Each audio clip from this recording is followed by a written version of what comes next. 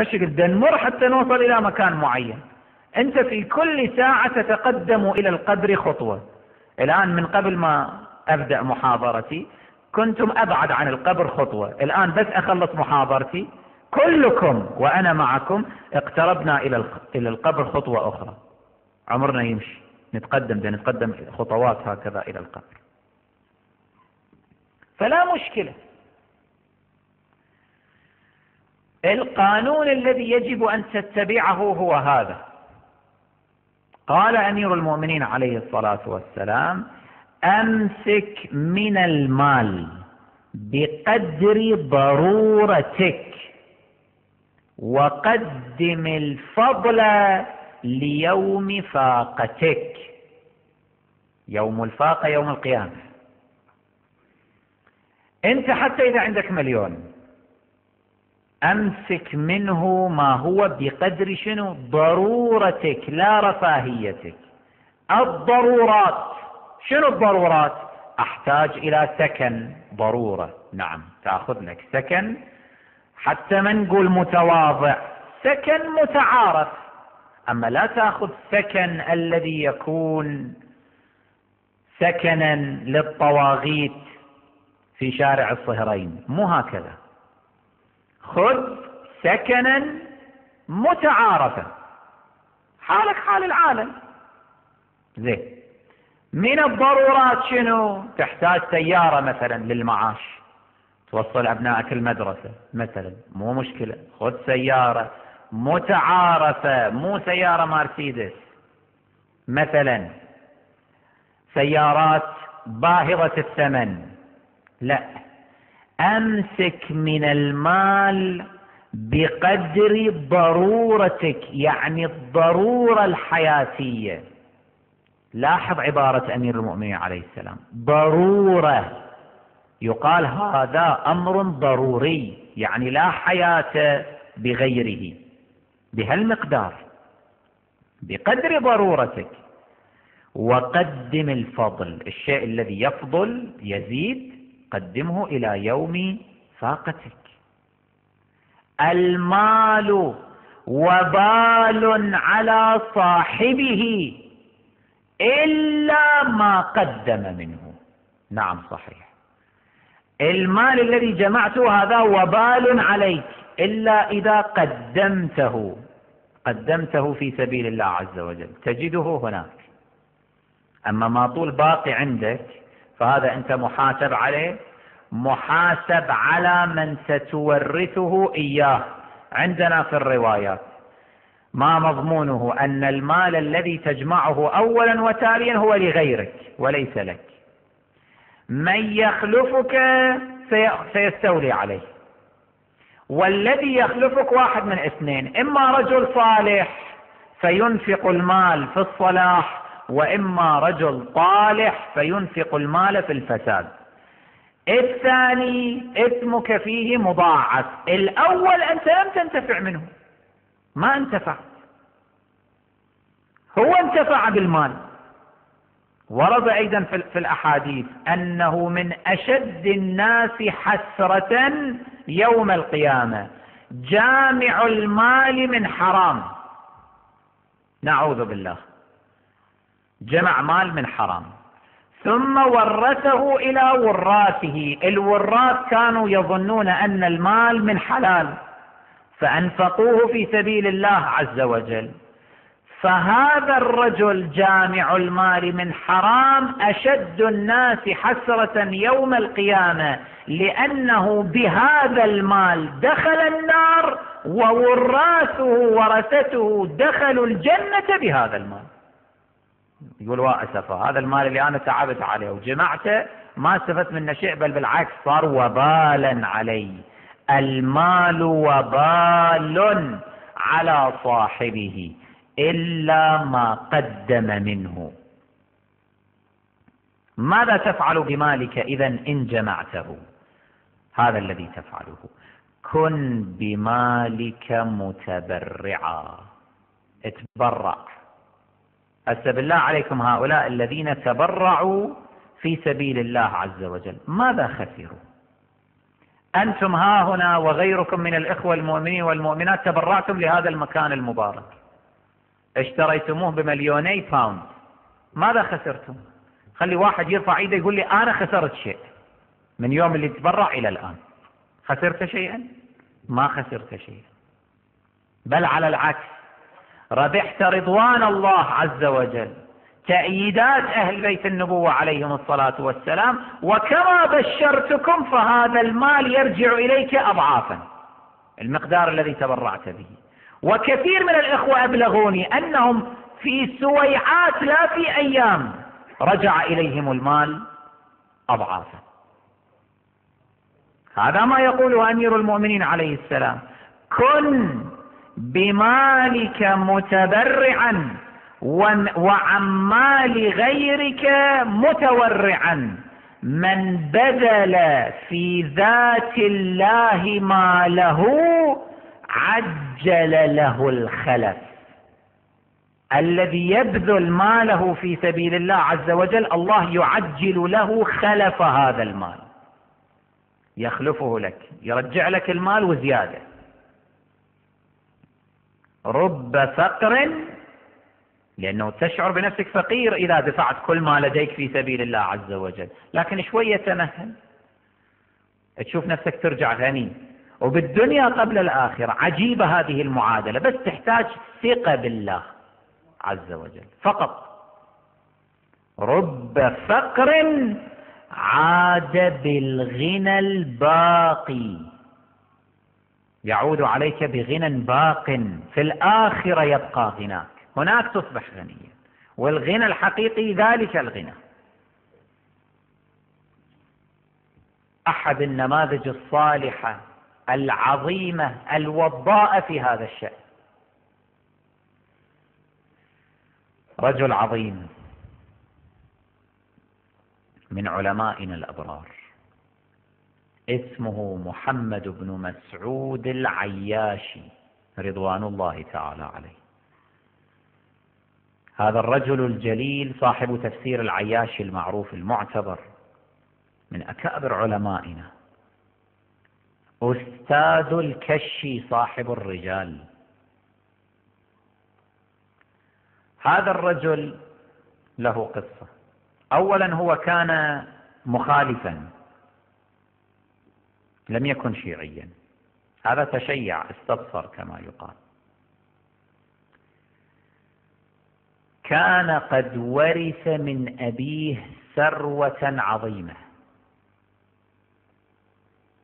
فأنفق كل ثروته في سبيل الله عز وجل وفي ترويج عقيدة أهل بيت النبوة صلوات الله عليهم، وحول داره التي يسكنها إلى مدرسة علمية، حتى دار حولها مدرسة علمية، دار للعلم يأتيه الطلبة يعلمهم. هذا الرجل الجليل يقول فيه شيخ الطائفة الطوسي: هو جليل القدر واسع الأخبار بصير بالروايات مطلع عليها، أكثر أهل المشرق علما وفضلا وأدبا وفهما ونبلا في زمانه. شهادة عظيمة من شيخ الطائفة. يقول أهل المشرق هؤلاء كلهم، شوف إيران وما بعدها، لأنه هذا كان في سمرقند، يعني أصل سمرقندي هو، وإن كان أصله بالأصل هو عربي بس من الذين هاجروا، فهو سمرقندي، فبالمشرق يصير بالنسبة إلى شيخ الطوسي الذي كان في بغداد في العراق. هذول كانوا يسمون أهل المغرب، وهذول كانوا يسموهم أهل المشرق، المشرقيين المغربيين من علمائنا.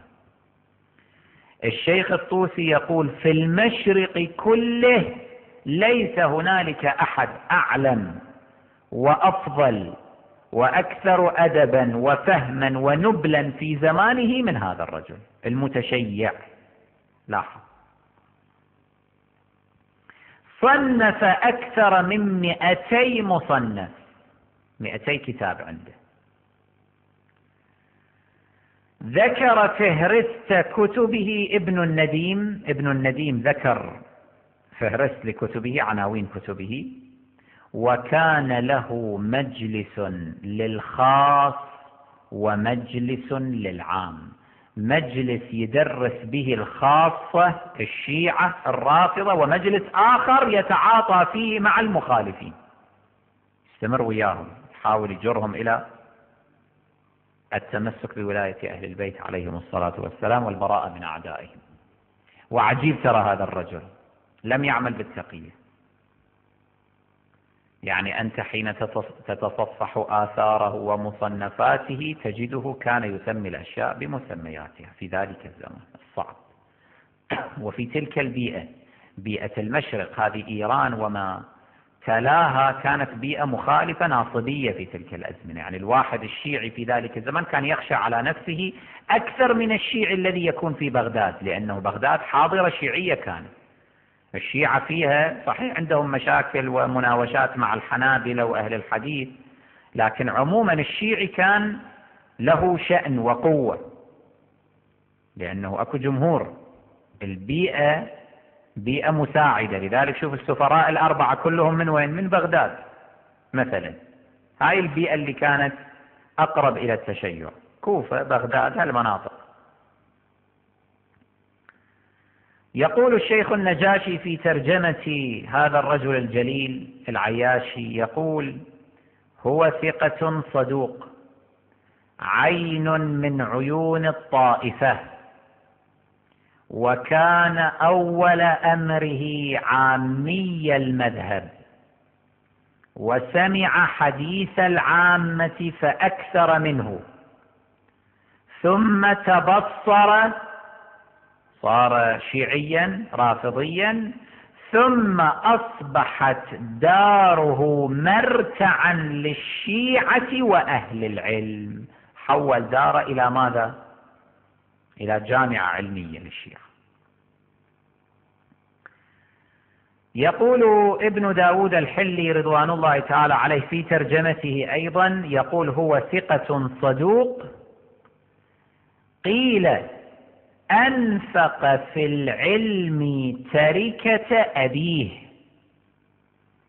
ورث تركة من أبيه كلها أنفقها في العلم، في علوم أهل البيت عليهم الصلاة والسلام. طيب كم كان مقدارها؟ يقول: وهي 300,000 دينار في ذلك الزمان، ثروة جدا عظيمة تقدر بالملايين الآن، على القياس الذي ذكرته لكم بالقوة الشرائية. احسب كل 10 دراهم، يعني كل دينار كان يشتري شاة، الآن الشاة بكم؟ 150 دولار تقريبا، مو الشكل إذا مو أكثر. سوي معادلة تشوف 300,000 دينار ذلك الزمان، يعني 300,000 شاة، تضرب 300,000 في 150 دولار، عليك الحساب، شوف ايش قد يطلع، كم مليون يطلع. كله أنفقه في سبيل الله عز وجل. أنفق في العلم تركة أبيه وهي 300,000 دينار، وكانت داره كالمدرسة للمشتغلين بالعلم، حتى دار حولها إلى مدرسة. ماذا خسر؟ خسر شيئا؟ يعني أفقر نفسه صحيح، لكنه كسب أهل البيت صلوات الله عليه. أفقر نفسه، صرف تركة أبيه، أبوه كان غني ثري، صرف فلوسه كلها، أما في علوم أهل البيت ورث لنا هذه العلوم. هذا تفسير العياشي، هذا التفسير العظيم الذي حفظ التشيع. في هذا التفسير تقرؤون حقيقة أن رسول الله صلى الله عليه وآله سم من قبل عائشة وحفصة بأمر من أبويهما، هذا الذي يرويه العياشي عن الإمام الصادق عليه الصلاة والسلام. ملايين من البشر عرفوا مظلومية رسول الله صلى الله عليه وآله، وأدركوا أنه مات غيلة بالسم شهيدا من بركة هذا الرجل وتضحيات هذا الرجل. هذا بالله عليك يوم القيامة كيف يستقبله رسول الله؟ كيف يستقبله ويشفع له؟ هذا يدخل الجنة من أوسع أبوابها. كيف يستقبله أمير المؤمنين؟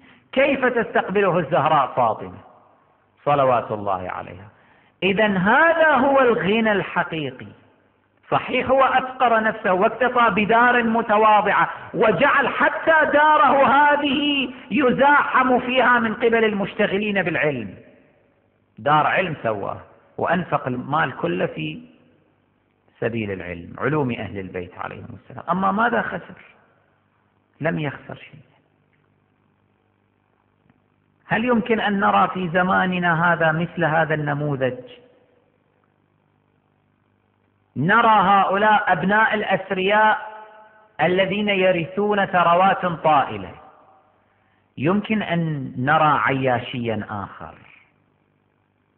نعم يمكن، إذا آمنوا بهذا المنهج، إذا أدركوا معنى قول أمير المؤمنين عليه السلام الفقر زينة الإيمان، إذا أدركوا معنى قوله عليه الصلاة والسلام كن بمالك متبرعا وعن مال غيرك متورعا، من بذل في ذات الله ماله عجل له الخلف، رب فقير أغنى من كل غني، ملوك الدنيا والآخرة الفقراء الراضون، رب فقر عاد بالغنى الباقي. أمسك من المال بقدر ضرورتك وقدم الفضل ليوم فاقتك. إذا اتصفنا بهذه الصفة نحن الشيعة نمتلك العالم. الصهاينة ما امتلكوا فلسطين واحتلوها إلا بالمال. اذهب إلى البورصات العالمية تجد الصهاينة هم الذين يتحكمون بمفاصل البورصات. أساس الاحتلال الذي وقع في فلسطين من أين جاء؟ من شراء الأراضي. أقنعهم تيودور هرتزل بأنه تعال يا تجار يا أثرياء يا يهود اشتروا الأراضي. مسلمين هم باعوها بأثمان زهيدة، تكتلوا هناك في تلك الأراضي، وشوية شوية بعد الانتداب البريطاني أعلنوا أنفسهم دولة مستقلة. احنا نفكر بهذه الطريقة؟ احنا نفكر أن نغزو الإعلام العالمي؟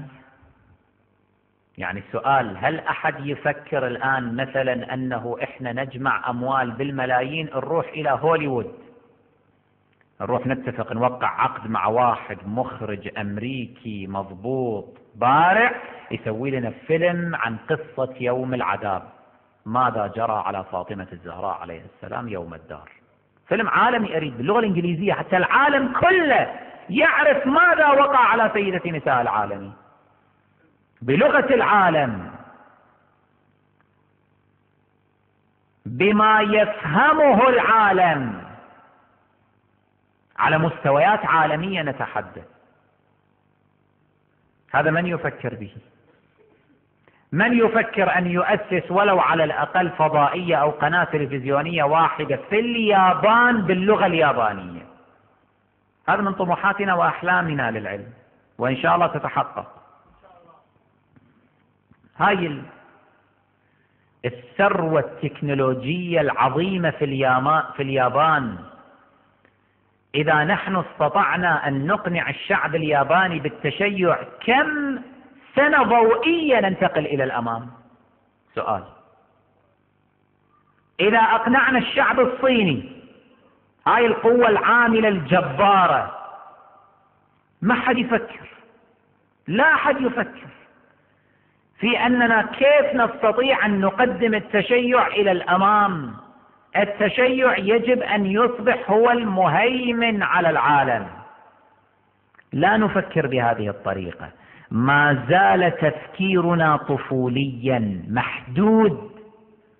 لما نفكر نريد أن ننفق مالا ننفقه على مشاريع تقليدية، مشاريع دينية تقليدية. لابد أن نتطور في تفكيرنا، في أنماط تفكيرنا.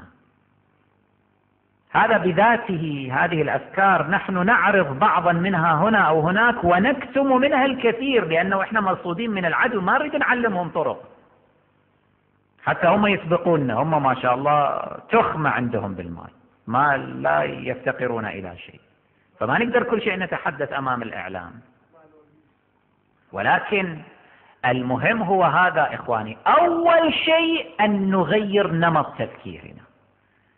معنى الغنى ما هو؟ معنى الفقر ما هو؟ نغير النمط ومن ثم ننطلق. نسأل الله تعالى أن يوفقنا لأن نكون من الباذلين في سبيله. وصلى الله على سيدنا محمد وأهل بيته الطيبين الطاهرين.